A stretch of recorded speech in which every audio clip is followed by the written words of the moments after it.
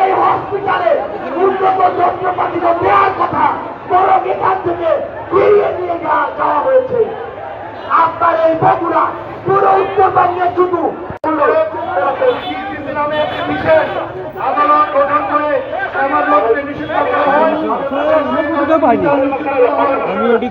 আপনারা ধারণ করুন, আমাদেরকে ধারণ করুন সকলে। দিল্লি না ঢাকা,